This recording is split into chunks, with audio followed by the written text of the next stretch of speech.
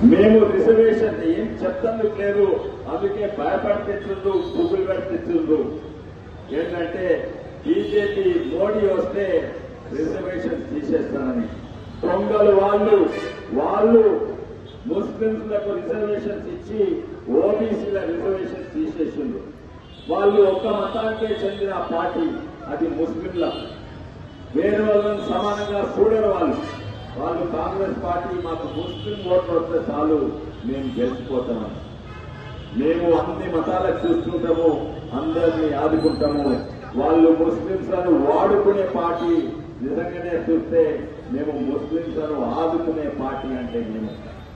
వాళ్ళు అంటున్నారు బియ్యం ఇచ్చినా లేకుంటే మా ముద్రా లోన్స్ ఇచ్చినా ఇల్లు కట్టించి ఇచ్చినా అది హిందువులకి ఎంత ఇస్తున్నో అందరికీ ముస్లింలకు కూడా అంతకంటే ఎక్కువ ఇచ్చిన ఘనత అది మోడీ గారికి.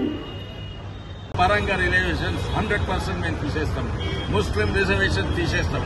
అవి దేశానికి లాభం కాదు, అది మత భేదాలు వస్తాయి, అది రాష్ట్రానికి ఆఖరికి చూస్తే ముస్లింస్ లో కూడా అది లాభం లేదు, అది నష్టం. ఒక మతపరంగా రిజర్వేషన్స్ ఇస్తే ఎవరికి వస్తాయి రిజర్వేషన్? ఆ మతంలో ఎదిగిన వాళ్లకు, చదువుకున్న వాళ్లకు, ఆ నవాబులకు, ఆ సుల్తాన్లకు వస్తాయి రిజర్వేషన్స్. కిందున్న వాళ్ళకి రావు. ఎన్నో రాష్ట్రాలకు అట్లుంది. అందుకే మతపరంగా రిజర్వేషన్స్ మీరిస్తున్నారు. మీరు కమ్యూనల్ పార్టీ, మమ్మల్ని బ్రిటిష్ పార్టీ అంటారు.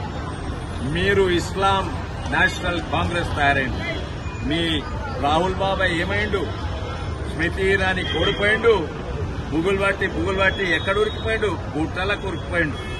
మళ్ళీ స్మృతి ఇరానీ ఓడగొడతాడని, మా మహిళా అధ్యక్షురాల కింద ఓడిపోతాడని ఆయన గుట్టలలో కురికిపోయిండు. ఏ గుట్టలకు? వైనాడ్. ఆ వైనాడ్ల మెజార్టీ మైనార్టీ మెజార్టీ.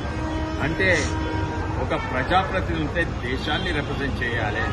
వీళ్ళు ఉత్త మైనార్టీ ముస్లింస్ రిప్రజెంట్ చేస్తారా? ఎందుకంటే అక్కడ 50% ముస్లింస్ ఉన్నాయి. నాకు సేఫ్ సీట్ అని భారతదేశం మొత్తం ఎత్తుకుతే స్టార్ట్ చేస్తున్నారు. సో దీని గురించి ఏం చెప్తారు సార్? పబ్లిక్ అష్యూరెన్స్ ఎవడు నమ్ముతలేరు. వాళ్ళందరూ దివాలా తీసిన పార్టీ. వాళ్ళు మొట్టమొదలు వాళ్ళ ప్రైమ్ మినిస్టర్ క్యాండిడేట్ ఎవరు తెలియదు, అదే చెప్పలేరు.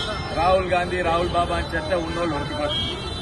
తర్వాత దుష్ప్రచారం వేరే వాళ్ళ మీద, అదొకటి బీజేపీ మీద, మోడీ గారి మీద. ఇంకోటేమో అసాధ్యమైన పథకాలు. అసాధ్యమైన పథకాలు ఎవరు నమ్ముతారు?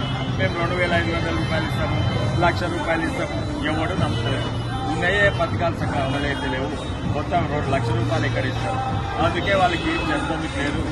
వాళ్ళు ధోకా ఇచ్చింది అంబేద్కర్ గారికి కాంగ్రెస్ పార్టీ.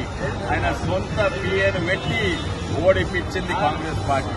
రెండోసారి కూడా నిలబడితే ఎలక్షన్స్ లా ఓడగొట్టింది కాంగ్రెస్ పార్టీ. అదే కాక ఎన్నోసార్లు అవమానం చేసింది కాంగ్రెస్ పార్టీ. అంబేద్కర్ గారికి వ్యతిరేకం ఎన్నోసార్లు ఉండే. మేము అంబేద్కర్ గారి ఆశయాలను పాటిస్తాం. మేము రాజ్యాంగాన్ని పాటిస్తాం. మేము హైకోర్టు, సుప్రీంకోర్టులను పాటిస్తాం. వాళ్ళు రిజర్వేషన్స్ తీసేసిండ్రు. ఓబీసీల రిజర్వేషన్స్ వాళ్ళు 4% ఇచ్చి వాళ్ళ ఓటు బ్యాంకు. ఎవరు వాళ్ళ ఓటు బ్యాంకు? ముస్లింస్. వాళ్ళ ముస్లింస్ కి ఇచ్చింది కర్ణాటకలో వాళ్ళ కాదా? ఒక గిరిజన మహిళను ప్రధాని చేసినాం.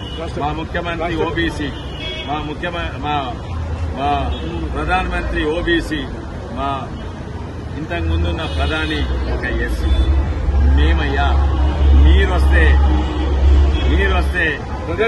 రాష్ట్రపతి అవును, ప్రధాని అంటే రాష్ట్రపతి కదా. మీరొస్తే ఎమర్జెన్సీలు పెడతారు, రాజ్యాంగానికి చెత్తలు కలుపుతారు, మీరు రాజ్యాంగం రాస్తారు. మేము అంబేద్కర్ను గౌరవిస్తాము, మీరు అంబేద్కర్ను అవమానిస్తారు. మేము అంబేద్కర్ గౌరవించుకున్న పాంచ్ ధామ్ అని పెట్టినాం. అంబేద్కర్ గారు పుట్టిన స్థాయి పుణ్యస్థాయి, ఆయన చదువుకున్న స్థాయి పుణ్యస్థాయి అని. మళ్ళీ ఆయన రాజ్యాంగం రాసినప్పుడు ఉంది, అది పుణ్యస్థాయి. అట్లా 5 పాంచ్ ధామ్ అని పెట్టినాము. ఇవన్నీ కూడా మాకు పుణ్యస్థాయి.